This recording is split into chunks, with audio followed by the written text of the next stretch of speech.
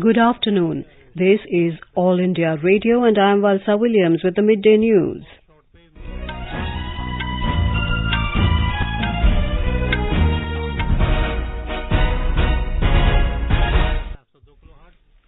The headlines. Prime Minister Narendra Modi visits Genocide Memorial Centre in Rwanda's capital Kigali to leave for Uganda later today. Home Minister Rajnath Singh says government will bring new law to deal with incidents of lynching if needed. Uttar Pradesh government files draft of its vision document on protection of Taj Mahal before the Supreme Court. The United Nations says any return of Syrian refugees must be conducted on a strictly voluntary basis. In sports, Indian men beat Saudi Arabia 3-0 in their opening encounter at World Junior Squash Championship in Chennai.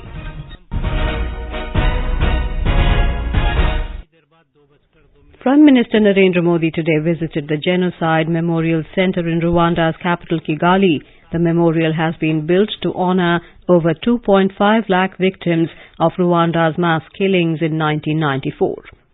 Mr. Modi gifted 200 cows to villagers as part of the Rwandan government's Giving Cow program. The function to mark the handing over of the cows was held at Ruweru Model Village in the presence of Rwandan President Paul Kagame. The Prime Minister arrived in Kigali yesterday on a two-day visit to the country. Mr. Modi held delegation-level talks with Rwandan President Paul Kagame in Kigali last night. Mr. Modi and Mr. Kagame held wide-ranging talks and discussed measures to boost the bilateral strategic ties. The two countries signed 8 agreements in the fields of defense, trade, agriculture, leather and allied products, and dairy. India also extended 2 lines of credit of $100 million each, one for development of industrial parks and Kigali Special Economic Zone, and the other for 3 agricultural projects in Rwanda. Addressing a joint press conference, Mr. Modi said India will soon open a High Commission in Rwanda which will not only establish communication between the governments of the two countries but also enable facilities for consular, passport and visa. मुझे ये बताते हुए प्रसन्नता है कि हम शीघ्र ही Rwanda में हाई कमीशन खोलने वाले हैं। इससे न सिर्फ हमारी सरकारों के बीच घनिष्ठ संवाद संभव होगा, साथ ही कॉन्सुलर पासपोर्ट और वीजा तथा अन्य सुविधाएं भी सुलभ होगी। हम दोनों देशों के बीच संबंधों को आने वाले समय में और अधिक उच्च स्तर पर ले जाने के लिए आशान्वित हैं। The Prime Minister said it is a matter of honour for India as it stood with Rwanda in their economic development journey, adding that New Delhi will continue to back the African nation's development. In his remarks, Mr. Kagame said Mr. Modi's visit represents a milestone between the long-standing friendship and cooperation between Rwanda and India.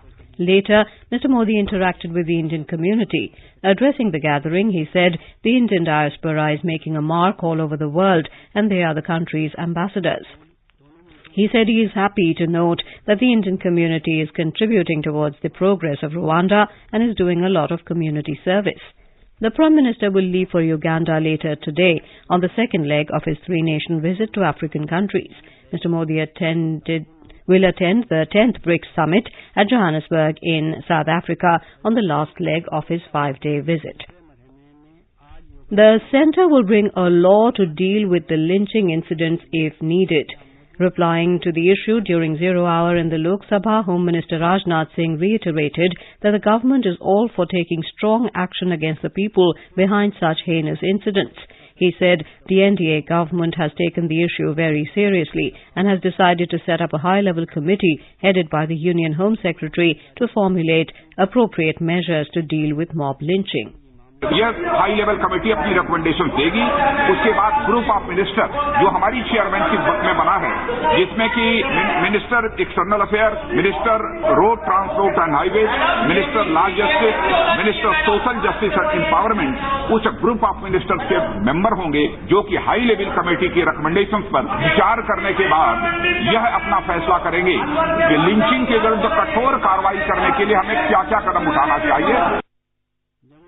Parliamentary Affairs Minister Anand Kumar today took a dig at the Congress following reports that the opposition party may bring a privilege motion against Prime Minister Narendra Modi and Defence Minister Nirmala Sitharaman for allegedly misleading the Lok Sabha over the Rafale aircraft deal during the no-confidence motion debate. Talking to media outside Parliament, Mr. Kumar alleged that Congress and its President Rahul Gandhi lack knowledge about the rules and procedures of Parliament. He said although it is their right to bring such a motion, they should read in which cases a privilege motion can be brought. The minister also rejected Congress leader Mallikarjun Kharge's allegations that the government is doing surveillance of the opposition in the Lok Sabha. He said the entire proceedings of the House are relayed live and there is no question of any surveillance of members. The Rajya Sabha was adjourned for a brief period in the pre-lunch session today as some of the Trinamool Congress members trooped into the well of the House protesting against what they called aspersions made against them on black money issue.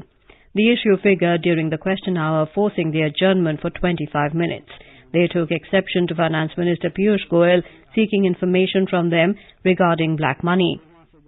In his reply, the minister refuted the data quoted by opposition parties and said, according to figures released, the Swiss National Bank, loans and deposits of Indians abroad had decreased by over 34.5%.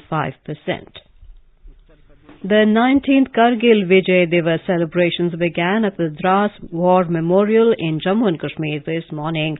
17 war heroes, including Veer Chakra, Colonel Sachin Nimbadkar and Colonel Dr. Rajesh Adao, paid tributes to the war heroes by laying a wreath at the memorial in Kargil town. Various cultural programs have also been organized. A laser show and briefing on Operation Vijay battles will be held tomorrow. The main function of wreath-laying ceremony will take place on Thursday, the final day of celebrations. This is All India Radio giving you the news. For quick news updates round the clock, follow us on Twitter at AIR News Alerts. The Uttar Pradesh government filed its vision document for the Taj Mahal before the Supreme Court today. The draft vision document calls for a comprehensive traffic management plan to promote pedestrian movement in the Taj Heritage Precinct. Roads along Yamuna riverfront are to be planned to limit traffic and encourage pedestrian movement. The vision document also stressed on the need to prevent construction on Yamuna floodplain and the river bank. The report says that all polluting industries in the region are to be closed and more tourism hubs are to be created.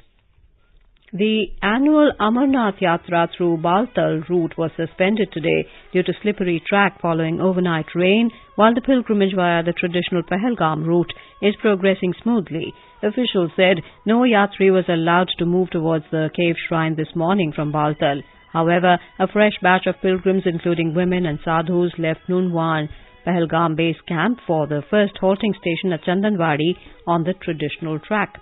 The Yatris who had a night halt at Chandanwadi also left for the next station early this morning.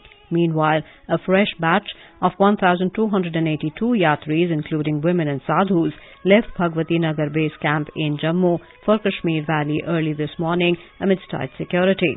The 60-day Yatra began on the twin routes of Baltal and Pahalgam on June the 28th and is scheduled to conclude on August the 26th, coinciding with Raksha Bandhan. Information and Broadcasting Minister Rajyavardhan Rathore says the government has eliminated middlemen and given farmers a ready market to sell their produce at fair and profitable prices. This has resulted as more and more markets are being integrated to eNAM or National Agriculture Market, a pan-India electronic trading portal. It networks the existing Agricultural Produce Market Committee mandis to create a unified national market for agricultural commodities.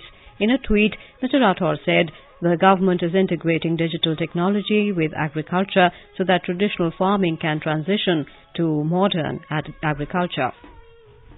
Prime Minister Narendra Modi launched the ambitious Pradhan Mantri Awas Yojana Housing for All to fulfill the dream of poor people to own a house. Under the scheme, lakhs of people benefited in Uttar Pradesh and they now have their own house. The state also performed best in constructing houses under the scheme.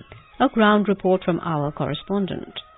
Dalits, downtrodden and poor people of the state who were living in kacha houses for ages are now living safely in their concrete houses which they got under Pradhan Mantri Awas Yojana. State has constructed more than 8 lakh houses in just 1 year, which is countrywide best performance of any state. This achievement has also changed many lives. A resident of Firozabad, Shan Muhammad, has no fear of rain now under his new concrete house.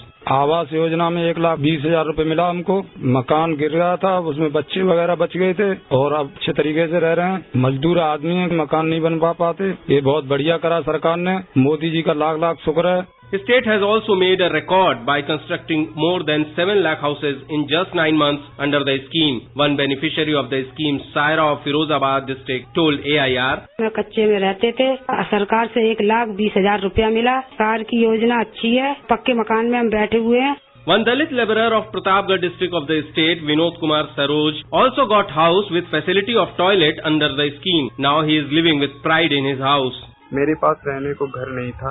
मैं एक छोटे से छप्पर में रह के गुजारा किया करता था। आज मुझे प्रधानमंत्री आवास योजना के अंतर्गत रहने को आवास मिला, जिससे मैं छत के नीचे रहने लगा और पक्के घर में, और मैं प्रधानमंत्री जी का आभार व्यक्त करता हूँ। To achieve the target of housing for all, a total of more than 10,000 crore rupees have been transferred in accounts of beneficiaries in state till date. Sushil Chandra Tiwari, AIR News, Lucknow. Niti Aayog CEO Amitabh Kant has said that there are very huge development challenges in the country and it is very important to develop the country's Human Development Index. He was addressing a session on the development of aspirational districts by central public sector enterprises in New Delhi today. Mr. Kant said there is need to fight against stunting and food wastage. Mr. Kant affirmed that providing nutrition to the population is a challenge and it is a matter of concern that children in the country are malnourished. He called for transforming the districts to take India forward. Mr. Kant said the public sector can play a pivotal role in developing backward districts. On the status of schools, he said there is a need to provide more trained teachers and primary schools can be upgraded to upper primary schools for better education. The United Nations has said any return of Syrian refugees from countries across the region must be conducted on a strictly voluntary basis. UN spokesman Stefan Dujarric said the return of people to their home should always be voluntary and done in dignity and in safety. The UN's comments came after Russia unveiled plans to cooperate with the United States on the issue. Russia's defense ministry last week said that working together on the safe return of Syrian refugees was one of the points of agreement reached between Russian President Vladimir Putin and US President Donald Trump at their inaugural summit in Helsinki. Confirming that the issue had featured in the summit, US Secretary of State Mike Pompeo said any return is to be carried out at the right time through a voluntary mechanism. In Japan, at least 65 people were killed in an unprecedented heat wave in 1 week. Fire and Disaster Management Agency said in a statement that 65 people died of heat stroke, while over 22,000 people were hospitalized. Government spokesman Yoshihide Suga said to protect the lives of school children, the government would supply funds to ensure that all schools are equipped with air conditioners by next summer. Yesterday, the city of Kumagaya in Saitama, outside Tokyo, set a new national heat record with temperatures hitting 41.1 degrees Celsius.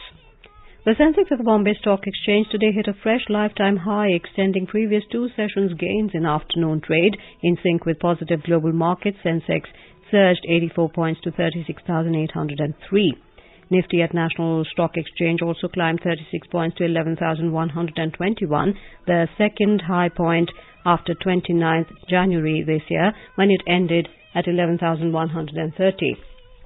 Indian men beat Saudi Arabia 3-0 in the World Junior Squash Championships in Chennai today. India will take on Switzerland later today. A total of 24 countries divided into 8 groups are taking part in the tournament. India placed in Group E alongside Switzerland, and Saudi Arabia is seeded 5th. And now, before we end the bulletin, the headlines once again. Prime Minister Narendra Modi visits Genocide Memorial Centre in Rwanda's capital Kigali to leave for Uganda later today. Home Minister Rajnath Singh says government will bring new law to deal with incidents of lynching if needed. Uttar Pradesh government files draft of its vision document on protection of Taj Mahal before the Supreme Court.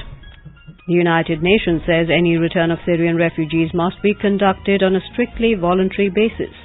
And in sports, Indian men beat Saudi Arabia 3-0 in their opening encounter at World Junior Squash Championship in Chennai. And with that, we end the Midday News.